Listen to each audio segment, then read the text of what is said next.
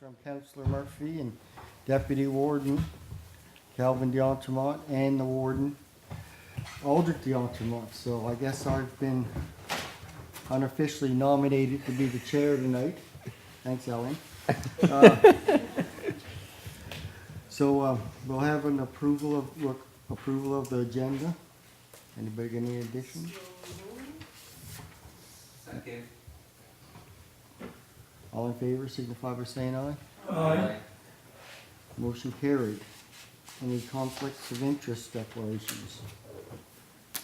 Seeing none, we'll move on to number 3, a presentation by Sergeant Lacroix of the Rural Detachment of the RCMP. And I see we have a 16-page attachment there, if you want to open that. Okay. Floor is all yours, Sergeant. Thank you very much. Good evening to all. I assume you had my report there for a while there. I'm not going to read it. I'll go over it quickly, and overall I'll be brief too. I don't have a whole lot new to talk about for 2014. I'll start with our human resources situation there at the detachment for our current and what we experienced during the year. We had pretty well a full complement there at the detachment for the patrol constable. Where we had a vacancy was in our street crime unit. We had basically for most of the year one position that was vacant, and it was just finally staffed last month, and that position would be filled like next week. It's a member from the detachment going to the street crime unit. His name is Constable Ian Fernandez. He'll be moving there. His replacement is already at the office. He's been replaced by a cadet from the academy in Saskatchewan. And so with that, we have no vacancy. All our positions are full and operational. Beside the few, there's 3 members that have some injuries from work. They'll be off a few more weeks now, but they'll be back to work shortly. But beside that, like I said, we're full. I have one of the supervisors at the office, Corporal Mark Hustins, is transferred to Labrador. He'll be moving probably in July. His replacement, we don't know at this point if he'll be a lateral movement into his position locally or a promotion. So we'll have to wait and see, but we were already working on finding a replacement for him. With regard to detachment assistant, we had a return from work from one of our detachment assistants from mat leave at the beginning of the year, but she's going again in mat leave in August of this year. So her replacement, it's a term for 1 year, was advertised last week in the federal government website for federal employees, because they fall into that union. They're not RCMP employee. So that position was advertised for 1 week, and I'll be working on the selection there within the next few weeks for the candidates there. The position was bilingual for a period of 12 months, starting in August of this year. We also have at our office, there's something new. We used, for the last few years, we had 2 traffic service positions working out of our building. They attached the Western Traffic Service. This is a provincial unit that's not directly connected to, they're not under my supervision. They're bosses in Halifax. They're completely independent, but they work in our building. They have increased their establishment to 7 positions in our building. They are led with 1 corporal and 6 constable. Presently, there's 6 constable that already starting to work, and the corporal he's coming from New Minus. His house is for sale, and we're waiting for him to come to our office. So I think 7 full-time High Patrol guys in here, he'll really make a huge difference in traffic enforcement We were doing very good, even without them, and I even increased the enforcement, and with that comes safety of the roads. Their area of responsibility will be from Shelburne all around to Annapolis World, but they're based here in Yarmouth. But starting from Yarmouth, everything they're based here in Yarmouth, we always the winner with those things because it's always closer. They leave from here, so we'll benefit a lot from that. And this is, again, it's part of the provincial policing agreement. There's no cost to municipality to this. It comes from the package, though. So we're a big winner on that. As far as enforcement, for us, it caused a little bit of issue in the office because it increased a lot of traffic at the front counter and telephone for us with people coming and complaining about the tickets and this and that. So that's something I'm addressing right now with our human resources, and we're working on a project to hire an extra detachment assistant to help us with the workflow caused by this addition. So that's it for human resources. Start talking a little bit about our specialized unit. Like I mentioned, we have a street crime unit. That street crime unit is composed of one member from Yarmouth Rural, one from Meteghan Detachment, and one from the Town Detachment. Those are positions that were added by the province back in 2009. They're called, that was under the program, their boot on the street there. So those are extra positions. Again, they came with the provincial policing package. They are stationed in my building as well. And they had not a difficult year, but again, with member missing and transfer and so on, they were not a full complement. It was challenging for them to operate this year, but they still did some good work, like the stats show. They also worked 4 months with the federal drug section in Yarmouth, and they were working on the wiretap investigation. And some of the targets from that investigation were located in the Meteghan Clare area, and they were real traffickers selling drugs down here. So it was part of our community as well. So we had a lot of interest in the investigation. So we put our members in that project, and that concluded about a month ago. They were involved in the report. I mentioned investigation at the here in Tuscot, the Ultramar there. We mentioned about doing search warrants and arrests. I just want to mention that the work that we did, most of the work we did on this file was in Halifax and in Windsor. The search and the arrests that were made, they were made there. They were people that were traveling criminals doing break-and-enters in various businesses and residents across the province. So there was a lot of time put in this file.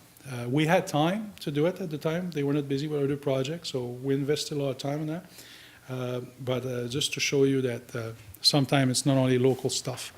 There's some people from away that come here to do their stuff and they leave and they think we're not going to go after them. But sometimes we got time and resources to do it.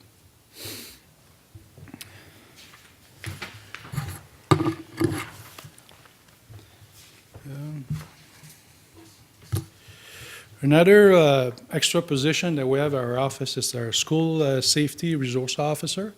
This is staffed by Corporal Mario Ross. There was a change this year. The previous years, since 2009, our program was basically the DARE program. They were in the DARE program in the schools, and getting the SAFE program in place. And SAFE program is our quick response, armed response to school if there's a lockdown and a shooting in the school and stuff like that. So that was to set this up and also give the DARE program. But in 2014, there was a new initiative at the provincial level that talk about, and they wanted us to introduce a hybrid hub program that was targeting youth at risk, like the worst kids that we have in the community. They were targeting those kids with a program. Basically what it is they bring all the partners, mental health, addiction, legal aid, social services, the police, the school, all together into a committee and work strategy with the kids that we identify to bring them, instead of going to court and go through that process, instead of that, trying to prevent and educate and work with them and their family to avoid them to go to court and dealing with us all the time. So we did that. We established what they want us to do and all this stuff, but the problem is finding kids that need that program. There's not that many. So I found myself that we put a lot of time in something that we didn't have a great need. So I, as of this year, I will reintroduce their program without, even if they don't want me to do it in Halifax, we're going to do it again. We're going to continue with that. It's not that I'm a big fan of the DARE program itself. It still teaches kids about drugs and prevention and so on, but the effect of having a police officer going to school every day, meeting with the children, the teachers, the principals, and all the staff every day, there's a big benefit to that. We don't know, there's no statistics how good it is, because there's no numbers coming with that, but from my experience, I feel that having a presence there daily, there's a great benefit to that. And we see we don't get calls in school as far as complaint. It's dealt at the school level all the time with the member there and the principal and the school staff. So that's something we're going to add again this year. That position also, again, that was added in 2009 with the provincial policing agreement, but that position also is used often to support our schedule for the patrol. We often need extra people on the shift, on the regular shift, or at night, or in the weekends, or in the summer. So we tap on that position a lot as well. So there's a good percentage that time when there's no school that he's on the road with us doing our job. But he, on his own, Corporal Ross starts his shift a couple hours early every day just to go into school, do the breakfast program in all this little elementary school in the county. And he's making a big difference there. And this is all in his own initiative there. So great job with that.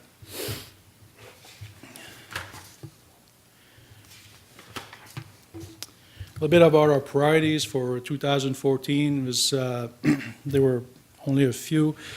The first one was road safety. We did pretty good with that this year. Again, we were mostly targeting distracted driving, cell phone, texting, driving with cell phone, impaired drivers, and impaired by drugs. Impaired by drugs is hard. It's a new process. It's hard to prove. You need special people with a special training because there's no breathalyzer for marijuana, cocaine, things like that. So it's all physical evidence that we observe, and you need to be an expert in that field to do this. So in June of 2014, I sent Constable Jeff LeBlanc to Jacksonville, Florida for 3 weeks to take a course to become an expert and identify people under the influence of drugs. And why in Jacksonville, Florida, is because the work they do, they go into correctional centers and lockups in those big cities, and all the people from the street coming in that are under the influence of drugs, they do tests with them when they lock them up, and for 3 weeks nonstop they do that. So with that, they can develop an expertise, and it's accepted in court here. That expertise as being evidence when those guys can go to court and present the evidence based on their observations. So we invested in that. We didn't get a whole lot of success, and I think we only have a few there this year, but that's something we want to start and train more people to be able to identify those people driving and under the influence of drugs. But that's a start. We continue some of our strategy for traffic enforcement is checkpoint. We really increased again this year our checkpoint with we increased them by 74% there with 298 checkpoint that we conducted there last year, and with a total of 1,425 tickets of various offenses. And that's all in the county here, County of Yarmouth, beside the town. We didn't do so well in impaired drivers. I know they're still out there. We did a lot of work to try to catch them, but we only got 26 this year. Not sure why.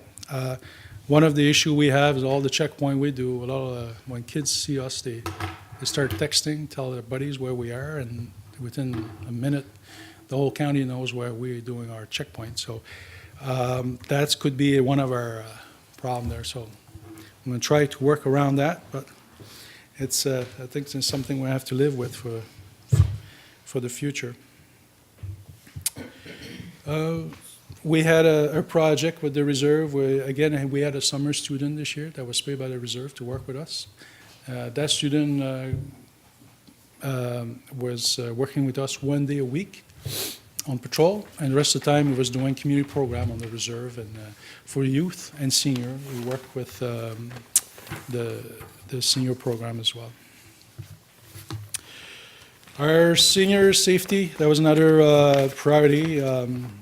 We did a lot of work in the background. Again, we're still trying to improve this program every year. This year, what we're able to accomplish was to sign an official MOU between the municipalities and the RCMP and the Crime Prevention Association. And just this is a formal agreement, and this is just for, again, taking forward over the years to make sure that there's something in place and try to keep this program going for many, many years. So having a formal agreement like that was the goal. Well, we were also, that's something we had been working for a few years, trying to get some funding from the province to support salary. We have a unique program in this, well, we have the biggest program in the whole province here. We have 2 full-time senior safety coordinator in our program. Every other programs they're not municipal employees. Most of their funding come from grant or other sponsors. All the money they receive from the province can go directly to salary. But us, our problem is that because they were municipal employees, we couldn't get the funding from the province. The funding could only be used for operational. And every year we're getting almost $20,000, but we can only spend 10. And we always had $10,000 left over every year, and we couldn't put it towards salary. But this year they allowed us, they changed the rules because we complained a lot for the last few years, and it worked. So it's, again, we're always trying to improve this, and that's something I'm very proud of. It's really working. It's really making a big difference in the municipality there. So again, we'll try again to do, we'll keep working at it because, again, there's a great need for this in the community. Reduce our property crimes. Again, I didn't think we can decrease break and enters again this year, but we did. Like I said, in 2009, we had 192 break and enters, and in 2014, we're down to 53. So our strategy is working, and we just keep doing what we're doing.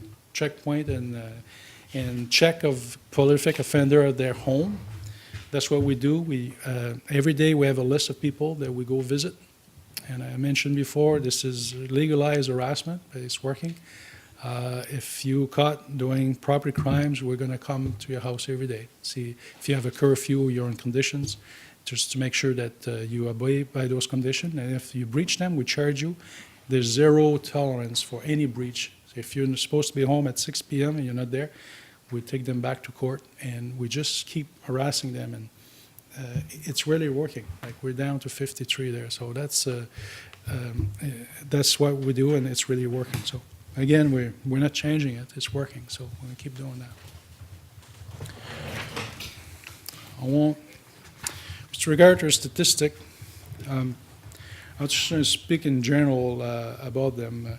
Again, break and enters, they keep going down. We had a little increase in mischief. This is simple to explain. We had a couple of episodes where we had people going around destroying mailbox. So one night, you got a guy doing 25 mailbox, another day he does 30. Well, it's going to increase our files because everybody calls about it in the mailbox, or a statistic goes up, but really it's too young offender doing that stuff. So it's not a big concern about that type of crime. I mean, we're working on them, but this is not where we focus our effort. So like I said, we see an increase there, but I'm not too concerned. Those things will always fluctuate one year to the other. But again, with our strategy, our property crime has been on steady decline since 2009. Crime against person. A total crime against person, that's include assault, sexual assault, and that type of offenses. They're down about, the total is down 33%, and I have no idea why. It was pure speculation for me telling you why they're down. A little increase in sexual assault, but I don't know if they're more reported or if there's more happening. But again, the numbers are low, and I won't complain because they're going down. So, but that's our situation. There's no major trend that we have to be concerned about.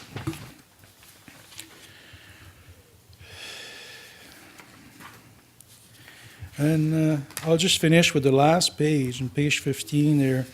I guess the last graph there, it really shows where we are in relation to our crime reduction strategy. Because we do a lot of proactive stuff, our call for service is going down, but our self-generated work is going way up. So at the end of the year, we got more investigation, but it's not because there's more stuff going on. It's because we have more time to go and proactively initiate investigation. So our phone is not running off the hook.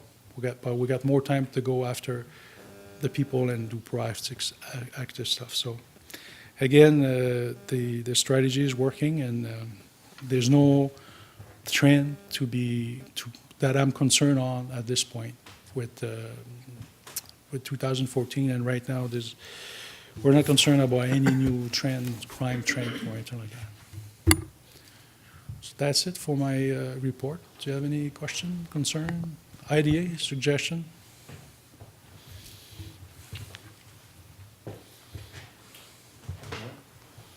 See no lights lit up on the mics. Oh, yes, for your control. I'm controlling this. Just a quick question, comment, and then a question. Your staff did a tremendous job at the Ultramar with how they handled that and how they apprehended. I was talking to some of the members. I was involved a lot, obviously, but I unbelievable how it worked out and how it came about. Some luck, a lot of investigation, and you had a gentleman here that come with you maybe 6 months ago, and he does statistics or something. Yeah, the criminal analyst. Right, he worked on that, Yeah. and it did mesh together. Yeah. How they came about, that was part of it. Yeah, Very impressed how that worked out. yeah. So that does work. No other Yeah, question. he can even predict sometime, like, there'll be a break and enter tomorrow in such a place, and most of the time it happens. But he does with statistics there, this is when we have a rash of something, and just through a statistic, he can predict sometime the area where something will happen there. Unbelievable. And I it's- couldn't get over that. I don't believe in it myself, but it happens. It works. And the other question, was 1,425 charges, 2014 compared to 878. Yeah. And that probably, would you think that's because of you've had more time to do enforcement or checkpoints and stuff like that? Absolutely. Yeah, that's what it is. Thank you. Yeah. Great job. Thank you. I'd just like to, it's something, I'm done talking about 2014, but again, I'm planning again this year. I'm working My office works with the fiscal year, April 1st to March 31st. I report to you usually on year to year. But right now, I'm planning my 2015, 2016 year. And again, I'm reaching out to you. And if you have any proposal, idea, concern, things you'd like me to make a priority for my year, because I have a plan. It's an annual performance plan for my office. And I always, every year, put priorities to my office, and I keep track of them every quarter. And I report to my superiors and headquarters. And if you have something that you feel that could be a priority, it could be with the senior program, it could be with enforcement, it could be anything that you feel that it could make a difference for the safety of your community, I can add that to my plan. So it doesn't have to be this evening to tell me this, but from now to April 1st, if you have a suggestion, I would welcome any suggestion or concern, and we can work maybe an initiative. Even if you have an idea, but you're not too sure what we could do, we could discuss it, talk about it for your district and things like that. It could be for your district with the whole county, but I would be really interested in getting your feedback on what you want from us and what you'd like to see. All right? Okay, thank you very much, Sergeant Lacroix, for your Okay. report. It was very well done. Thank you very much.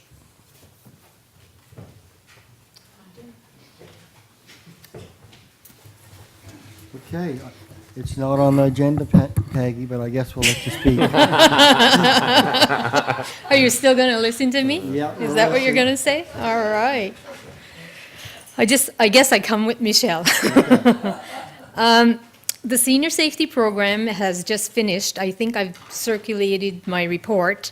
Has just finished its third year of operations. And as previously mentioned in other presentations before, the first year of the program was really just to promote and to build a program, so to develop the program and all that. The second year of the program, we continued to do that and to increase the awareness of the program that's out there, the senior safety program.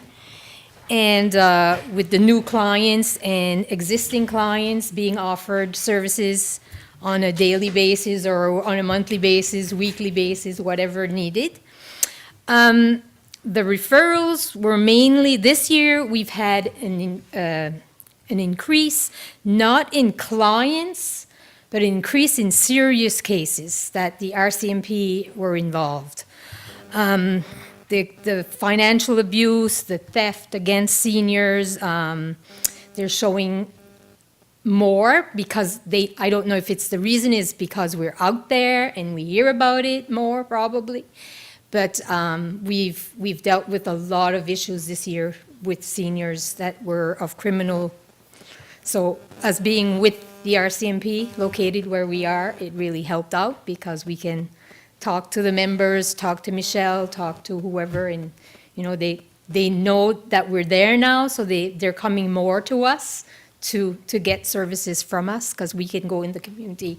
We can talk to the senior without them being intimidated by the police and all that. So that's what we found this year. So these cases, they take a lot of time. It's not like just a regular visit to have tea and cookies anymore. It's serious cases that you have to go numerous times, make a lot of calls to different agencies that need to be involved in this. So we've been working quite on these cases in the past year. Say the last summer, it really showed up like a lot of new cases. I don't know if there's reasoning behind that because a lot of the people are in their homes by themselves with no family in the area or had no family. People that have come and moved into the area from away. They're now getting older and they're in need of services and people to talk to. So we do visits. We have a critical list of clients that we service quite often. Some of them are almost daily. So we correspond with different agencies, of course. We talk to home care a lot because the people that they're visiting are some of our clients. Other agencies that we talk to also would be the health, the hospital. We've made numerous presentations to these different organizations to the hospital, like the rehab services that they provide in the community. They do home assessments for seniors to see if they need grab bars or all that stuff. So we're talking back and forth to get those services to them. The VON, of course, the Heart and Stroke Group of Southwest Health. We also did presentations to NSCC Burridge campus, to the students there, the nursing students. So that was really well accepted by everyone. They really enjoyed our presentations because we can talk about different things that are in the community, and that's where they're going to be going to work, right, these students. Both the board coordinators and a member of the RCMP in June, there's a World Elder Abuse Day. So we went out in the community, we did 2 presentations to different seniors group on abuse, and it was very well attended and very well received. So we're planning on doing that again this year, doing some kind of going out to the community to answer questions that seniors have. And having a member with us so that, you know, if there's questions that of criminal nature or of whatever, that they can help us with the referrals. We're still doing the Vial of Life, of course. We've had all of our clients, the majority of our clients have a Vial of Life. And the EHS, the first responders, they've been using them. We've heard stories about them, that they know where they are now, and they're starting to get to that.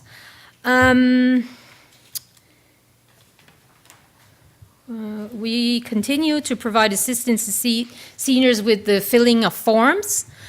This year, we've had an increase in assisting seniors to fill out grant forms, the grant application for home repair, because we all know that there's a lot of seniors out there that are living by themselves in, on fixed incomes and need repairs to their houses because the houses are getting old and all that. So we've done a lot of those, and we have a good relationship with the inspectors that go out now, because we talk to them quite a bit to see, what can be done with a certain person. So we've done a lot of that this last year, and I'm sure there's more to come. We fill out forms also for Canada pension, disability claims that take a lot of time because there's a lot of information and people that you have to contact to fill out those forms. And the seniors that we have, a lot of them have dementia, some form of dementia or whatever, so they don't understand the forms. There's been numerous issues with the mail not being picked up and all that stuff because of the mail changing. So we've dealt with a lot of things. I know it looks like little things to you, but it's worth a lot to the seniors just to go there and pay a visit even. And sometimes what we do is there's transportation involved. There's been more and more of that because of the lack of transportation in the area. So if you see me with a client in the municipality of Argyle car, I'm bringing a senior either to a doctor's appointment, grocery shopping, drugstore, or I do it myself. They give me lists, so I've been doing that more and more, and especially this lately because of the weather, of course. Today we had numerous calls of people needing to go out or needing some things that they haven't been able to do. So it's keeping us busy. We're really, And the program, it's getting out there. A lot of people, I know there's some of the councillors here that have contacted me for different things and tried to help them as much as I can. I've also working with the Public Works on different clients that they have that maybe I can help. So there's all kinds of different connections there that we're making. So is there any questions? I circulate my report on a monthly basis, and then attached to this one is the December one. So you'll see that in the first year of the program, we had overall 250 clients. And this last year, we had 57. So it doesn't look like there's a lot of clients, but the 57 that we have are the critical ones that we have to visit on a, so we're not adding a lot. Like the beginning, we were doing vial of life, so we're increasing our clients. But we're still increasing, we still have new ones, but it's, some of these cases are very, take a long time to work on. We have a question from Councillor Surratt. Okay? Peggy, there's a ticklish situation, I don't in some of the areas, I'm sure, but when you have a senior that's in their own house, their own home, and they just can't take care of themselves and they're deteriorating, is it possible, what's the criteria to try to help that person? If that person doesn't want to say, no, I'm going to stay here, is there a criteria that you can deal with to move them out, or if they're still in their right mind? How does No, that we work? can't move anybody. If they are proven to be in their right mind, and that has to, if they are not proven, it has to be deemed by a doctor, and sometimes two doctors have to do that. But if they are in their right mind and they do not want to leave, there's nothing we can do. We cannot remove them from there, no matter what. Okay, that's how it works. Okay, thank you. Thank you, Councillor Surratt. Councillor Bork. I just want to say thank you, Peggy, for the good work you've been doing, and I think it's important that our seniors feel that there's someone out there that they can reach to and feel safe. I'm sure if I get old and by myself, there'll be somebody out there to help me too. That's So all. thank you. Thank you. Yep. Seeing no other lights, I'd like to reiterate that what Kathy has said, and thank you for coming, Mrs. Burke and Mrs. Boudreau. He was Mrs. Burke. And great presentation. And thank you very much. Okay, thank you.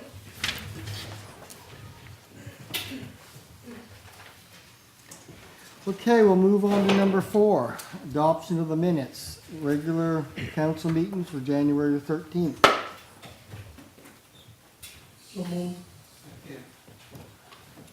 All those in favor signify by saying aye. Aye. Negative minded, nay. Motion carried. Committee of the Whole, February the 3rd. All those in favor signify by saying aye. Negative minded, nay. Motion carried. Business arising from the minutes, I see nothing highlighted. Does anybody got anything they would like to discuss? Hearing nothing, we'll move on to the Warden's report. So you have an attachment of 1 page. I'm sure you've all read it. If there's anything you want to question, you'll have to wait for Aldrich to come back. So we'll move on to the administrator's report. LMUs, CAO News. Oh, sorry, nothing highlighted there. So has anybody got a report? Councillor LeBlanc. I finally, gladly met with Westport 21 committee, a new committee formed in Westport. They now have a vision and mission statement. Quite frankly, I should have brought it up here to notify. I can actually, while I do this. They were very adamant that they met with me to kind of explain what exactly was their mandate and how they can help in the future. Basically, they're forward-thinking, interested group of individuals from Westport looking to bring, the 21 comes from looking to bring Westport into the 21st century. So I finally got to meet with them. A lot of initiatives they'd like to take on in Westport, along with council's help and hopefully the other levels of government. So it was a very informative meeting between them and I. It seems like there was a lot of gossip in our community about the committee, which was a relief finally from having a chance to meet them, which alleviated that, which was great. So we'll probably be hearing from them in the future. still working on various initiatives for both wharves in which ward. But other than that, that's pretty well it for me.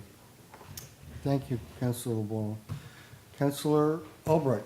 I just wanted to mention, I guess it's kind of recreation minded, but it's not necessarily the Argyle Rec Commission. I'm on the executive for the Soccer Association for Argyle, and I just wanted to bring up something new that's happening this year. Registration is going to be online for the first time ever. So if you have parents that are interested in registering their kids for soccer, we've been talking about it for a couple of years. And finally, the deadline is that it's going to start is April 1st. Registration will be April 13th to May 1st, with a late registration May 2nd to 15th. And another thing that's new this year is after May 15th, they're not accepting any registrations because it's an insurance nightmare. It just creates a lot of chaos. So we're not taking late registrations after that, after May 15th, but it will be online. And my understanding is other activities will also, you'll be able to register your children online for activities happening in the summer, day camp, that kind of thing. So I think that's going to be really, really practical for parents. That's it. Thank you very much. Yep. Seeing no other lights, I will move on now to the Chief Administrator's report. Thank you very much. It's, I don't know if there's an area that you wish to have highlighted. We do have the priority setting, the results of the priority setting session on the agenda, so I won't mention it here. Just that, you know, some of the things I think that people, you know, have already known about. One is the announcement for $13 million for the ferry. Many of you were in attendance for that announcement. That's a big announcement for the community. And then soon on the tails of that, we had a meeting with the Industrial Commission, actually the regional councils, not the Industrial Commission, regarding the work that East Point Engineering has done so far on the ferry, on phase 2, potential phase 2 of the ferry terminal retrofit. So some of you got the sneak peek of what that might look like.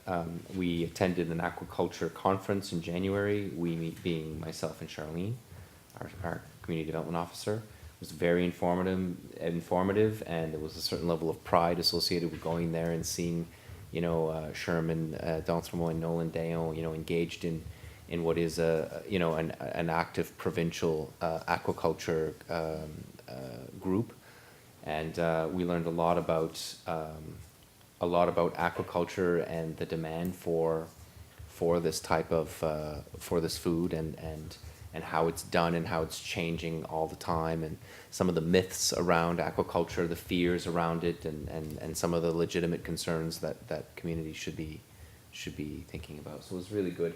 It was a really good conference. Actually, I think it was probably the best municipal conference that I've attended.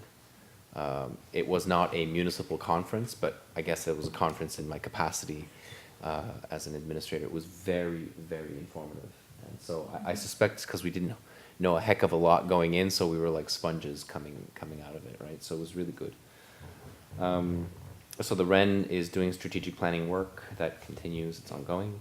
The airport is there's a meeting scheduled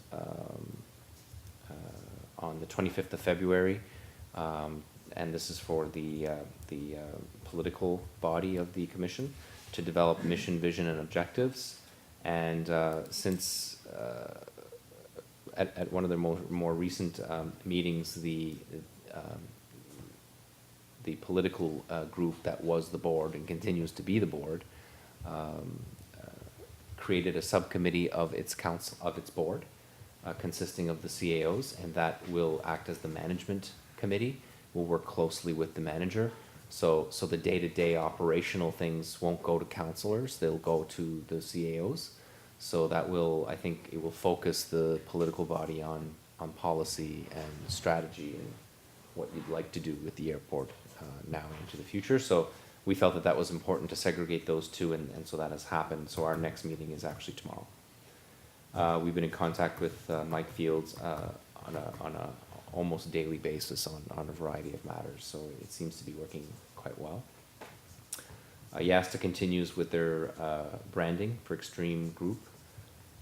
We are continuing our conversations around the airport funding and other shared services that we are looking at either improving or examining at the potential for additional ways to do things more efficiently. So that's an ongoing discussion.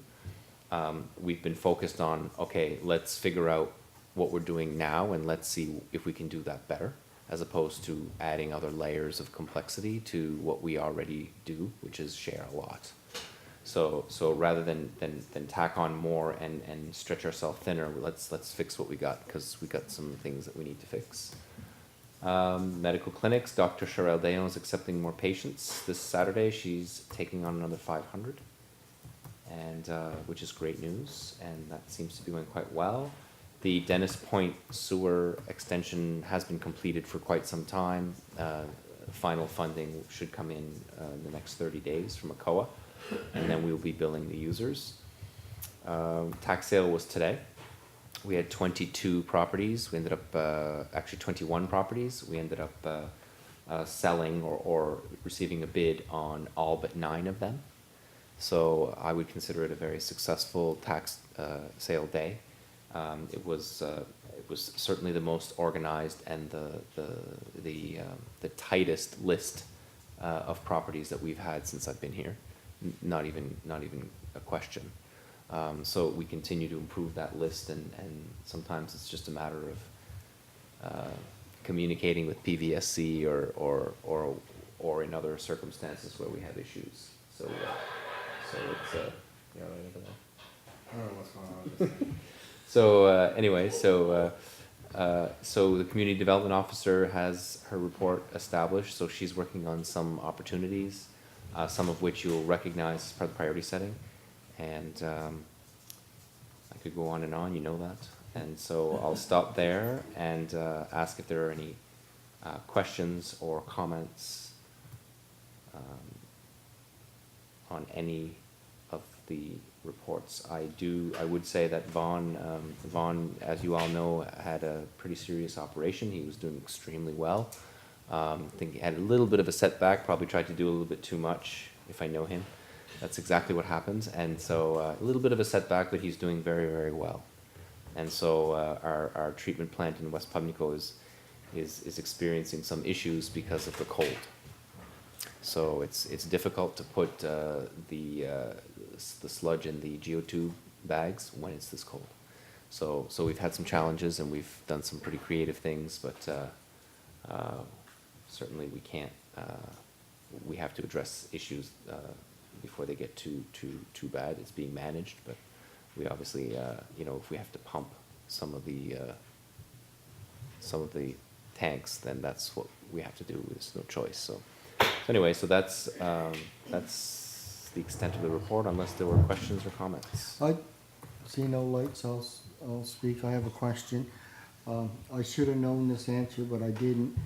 We've always been reminded to keep arm's length away from the tax sale, not to get involved at all, in which I have practiced that for all these years. But I had a phone call the other day, somebody wanting to know the time limit for when you bid on a property, if you're the successful bidder, how long the owner has to reclaim, pay taxes, whatever, however that works. I remember years ago, I think it was a year, but I think the time has been changed, and I couldn't tell him if it was gone longer or shorter, so I give him the office number to call. But I would have liked to been able to answer a simple question like that. Well, yeah, and so the rules have changed. You're right. It used to be a year. It's now 6 months. And so, I mean, that's good information for all of you to have, and for those that are watching today. I mean, so what happens is, if there's 6 years, the exception is, of course, there's always an exception, if a property has been on the tax sale or has been outstanding for 6 years. After that, it's an immediate deed. So if somebody was to bid on that property, they wouldn't have to wait the 6 months. The original owner has relinquished their right to the 6 month period in that circumstance. A lot of questions we have as well is, what happens when we bid, you know, $10,000, but there was only like $3,000 in taxes owed? Well, the answer is after the 6 months expires, because of course the redeemer, the original owner has the right to redeem. If the owner chooses not to redeem that property, the $7,000 difference in this example goes into a separate bank account. It goes into a trust account. And the municipality holds that money for 20 years. The original owner, if they can prove ownership or some attachment to the property, can apply to have the surplus returned to them, but they must prove that they had an interest in or were the original owners of that property. So sometimes that's complicated in cases where somebody has passed away and they haven't properly addressed their land issues, and sometimes it's quite simple, but a lot of people don't know that. And so we try to tell people at tax sale and in any instance that if there is a property that you have lost in a tax sale, that if there is a surplus, that if you have an attachment to that property, you may have a right to that money, but there's a legal process that they have to go through. So for practical purposes, a lot of people don't do that because if the surplus is $500, they're not going to spend $1,000 to get $500, right? So there are practicalities around that. Generally, we see reimbursements like that. We see requests when the surplus is large. Right, and we have seen them. We've had 3 or 4. Oh yes, yeah, we've had 3 or 4 instances in about 8 years where somebody has redeemed a property that was sold. So sorry, not redeemed, but applied for the surplus. Right, there's a difference. They do not. Once the 6 months goes by, they have lost interest in that property. They can't go back and get the property. But if there was a surplus on it, they could apply to get that surplus on the property because it's technically their money. It was earned on their property at the time. Councillor LeBlanc? I was gonna ask a question, but I think I kind of answered it myself. No, I understand now. I was just gonna ask to who does the surplus benefit? But I guess ultimately is the property owner. In my opinion, I just felt if he's lost the property, he is not deserving of any extra provided from the tax sale. But I guess if it is profit made on his property, I understand. It can eventually go to him. That person has to apply for the money, and they have to prove that it was their property. So it isn't just a simple. It's actually kind of complicated. That's why it doesn't happen often. Let's say, I hate to drag this on longer than it needs to. Let's say a property owner loses his property. We'll say to $3,000 back taxes. And he hears just right then and there that at the tax sale, $15,000 was paid for it. Wouldn't he immediately apply for the difference? He or she would have to wait for the redemption period. After the 6 months, let's say they had no interest in the property, and they waited for the redemption period to go by, the 6 months. Then they could apply for That's correct. The $12,000 immediately. They could, yeah. Okay, that is a possibility. Oh, yeah, and it's happened, and it has happened. Is that right? Yeah, there's a process they have to follow. It's I wasn't aware of any of that. yeah. Yeah, interesting. So after 20 years, it becomes our Yes. money, and we must transfer it into the capital reserve. We can't use it in regular operations. But it's 20 years, so we have to track it for that long. For example, I can think of a case of out of province, out of country owner of some valuable land passes away. Time goes by, the taxes don't get paid. The executor of the will isn't up on all things. He's thousands of miles away. The land gets sold for far more than what the taxes were owing. That money goes in this fund now Ann's talking about. Chances are in a situation like that, nobody's probably going to ever investigate into it because the executor of the will wants things cleaned up and over with, and he's not going to be concerned 20 years down the road. And I know of land in Argyle that was sold a few years ago that was the situation, and I'm sure this money's in trust and probably will remain there. So, No, that happens very often. Interesting. so it isn't actually the owner that is going around looking for it. Most of the time, the owner's usually not, a lot of cases, not even with us still. Yeah. Okay. We were going on to number 9. The next item has been delayed for another meeting to be discussed, probably when the snow is gone. Yes. Tax exemption policy review, 6 pages.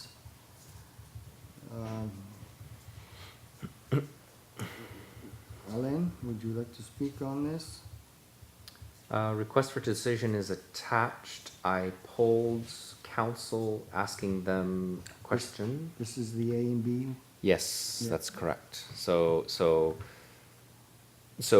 every year we look at this policy, and most years what we do is look at our thresholds and maybe adjust by inflation, like we don't do a lot of changes. This year we decided it was time to examine it a little deeper.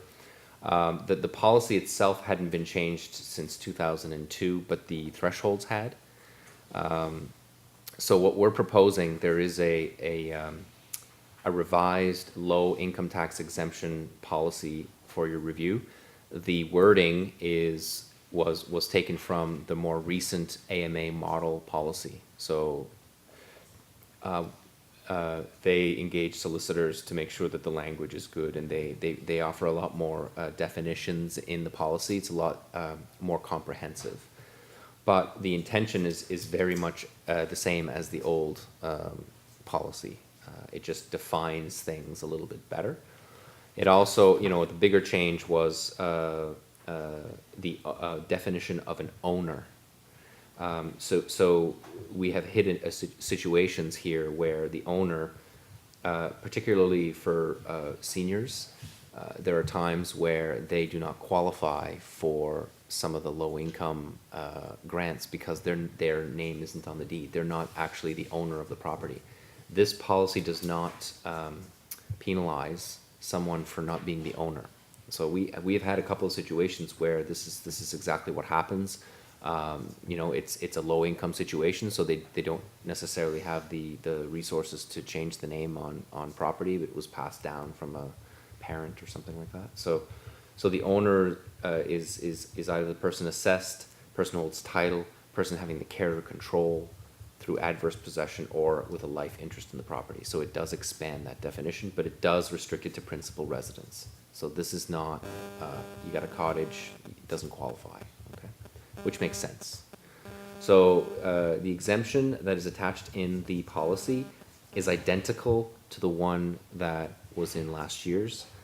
In the request for decision, there's a comparison of the two. So one is the old, and the other is the revised. And I revised based on council's unanimous preference for the policy to help more people, rather than help less people, but in a more meaningful way, right? So we could increase the amount of dollars, or we could increase the threshold, the range of income that captures more people, right? So in our research, we looked and we noted that we wanted to include seniors on the full GIS supplement who were single. So that influenced the numbers. As well, we wanted to look at couples GIS supplement, like what's the total income in a family situation like that. Also, what it would be the total income in a family with one person working minimum wage. So based upon that, we revised the schedule to say that 0 to 17,001 would be $200, and the rebate, and then $150 for 17,101 to 22,560.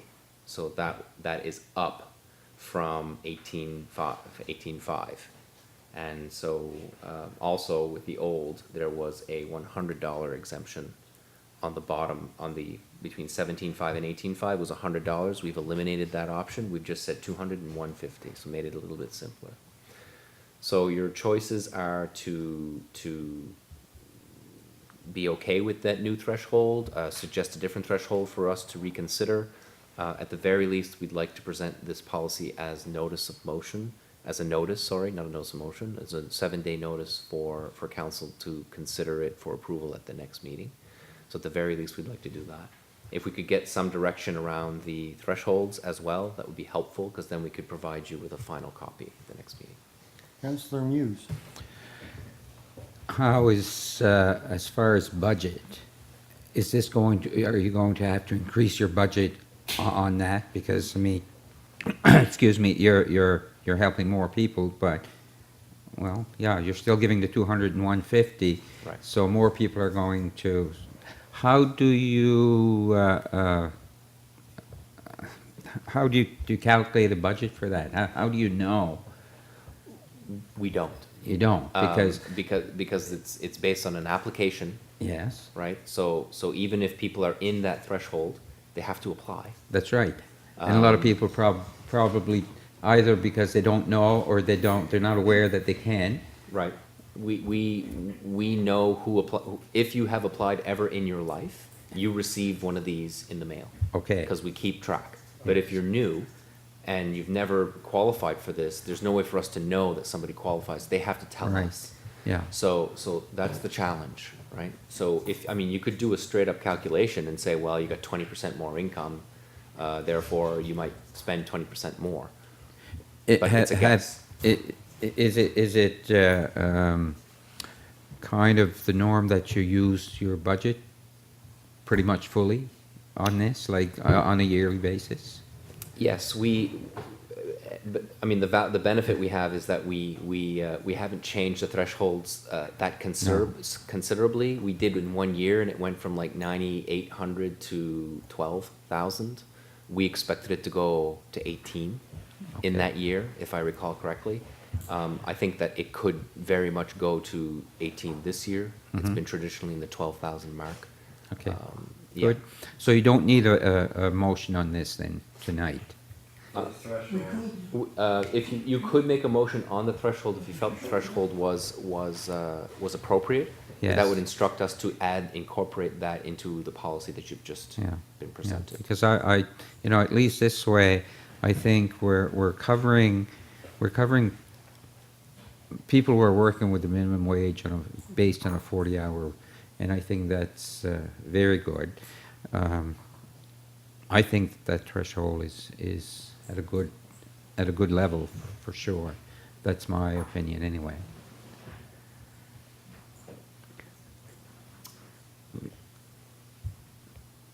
Councillor LeBlanc. Yeah, first a comment. I think this is actually a great program.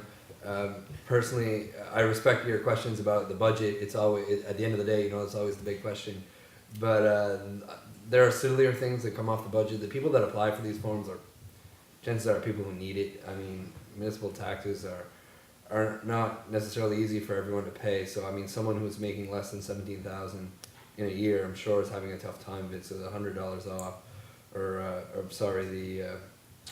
the $200 off, I guess, under 17.1 would be quite a benefit. If we can't swing that through our budget, I feel there's something wrong. So I'll go ahead and make the motion that we approve the increase in thresholds and that the low-income property tax policy be amended to include these revisions.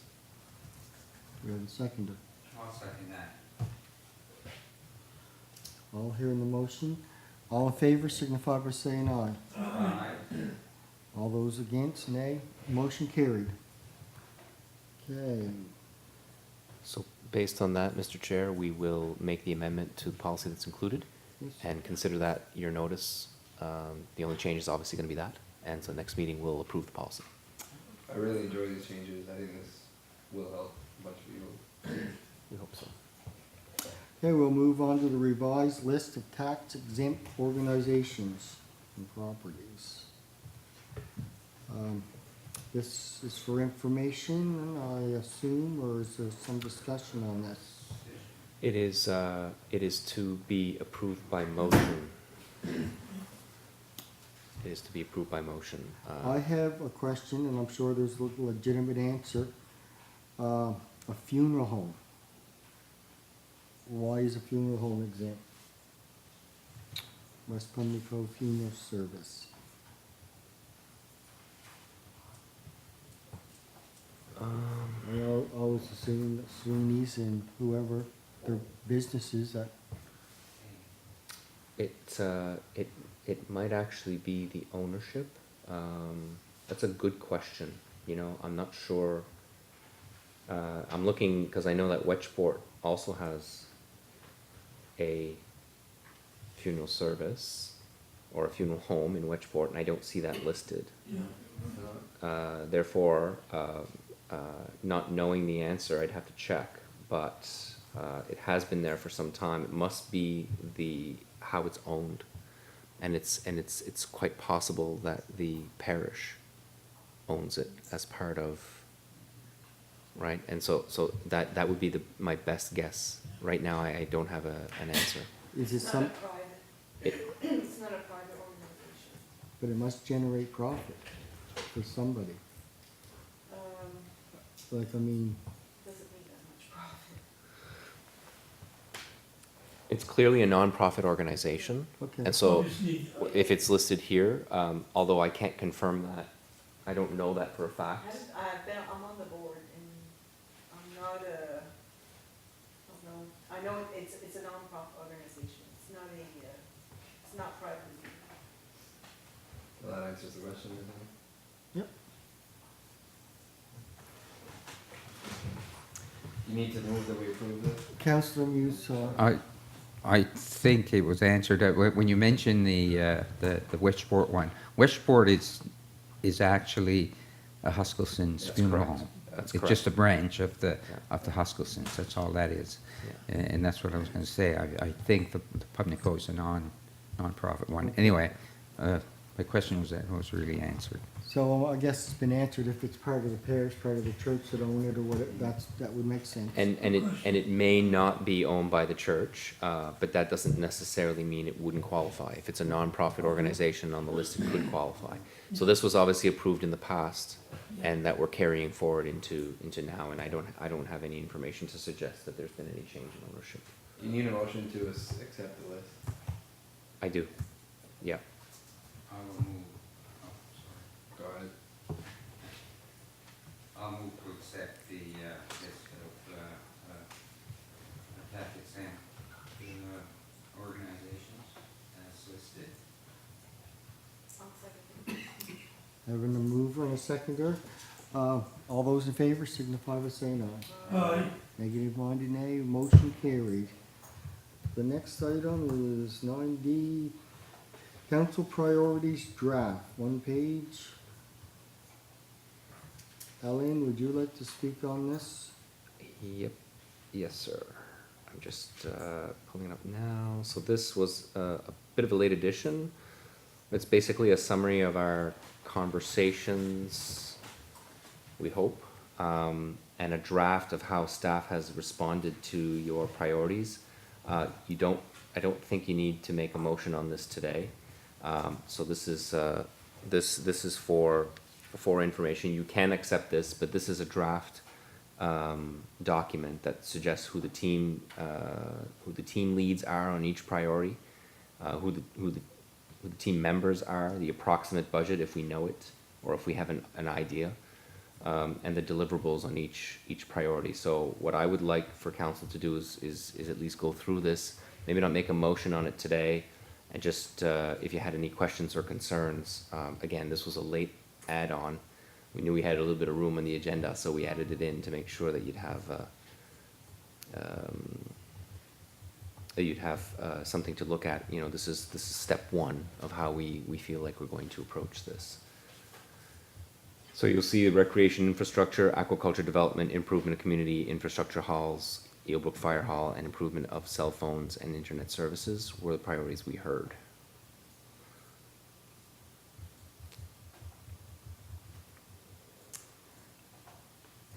Does anybody care to move this list that we, So moved. Seconded. it was a good meeting and the green dots don't lie, do they? So, haven't heard the motion. All those in favor signify by saying aye. Aye. Negative minded nay, motion carried. I'm confused. I didn't know what the green dot was talking about. Now I remember. So this is obviously not a completed document, but this gives us enough to move forward and present what our priorities are and approximately how we're going to deal with them. So how we get to them might be subject to change. That we will get to them is a given. Okay, we'll move on to number 10, for information. First one was waste check. It's probably Rich's report. The next one's the Order of Nova Scotia. If anybody knows of anybody that's made an outstanding contribution of some type or some way, I guess you get in contact and submit the name. We have a financial request, number 11, for the Committee of the Aged for the agent for the District of Argyle. Very good. So, whose grant, submitted the grant? So this one was submitted by the warden. He submitted this to me this morning, and I applied this request against the rules of the district community grants, and this does not qualify under the rules. This is asking for financial support in the amount of $500 as a contribution of a provincial initiative of the RAN, Regroupement des Aînés. It is the financial request would help defer the cost of participation of one of their members and their representatives at the organizational committee. So part of the district community grant rules is that it has to be in that district. This is actually occurring outside of even, I don't even think it's in the province. I think it's in New Brunswick. So I respectfully told the warden that it probably wouldn't qualify under our rules, and he agreed. And so he has contacted the president, Jean, and she is aware and understands completely the situation. So it'd probably be a motion to deny the request based on the eligibility criteria not being met. So to make it official, have it on the books? I think we should have it on the books as a motion, yeah. And with the reasons being not met the eligibility requirements. Councillor Muse. I'll move that we reject this request based on the reasons that they don't meet the criteria for the community grants. Second. Moved and seconded. All those in favor signify by saying aye. Aye. Negative minded nay, motion carried. Moving on to notice of motion by councillors. Seeing no lights. Question period. Eric, do you have any questions?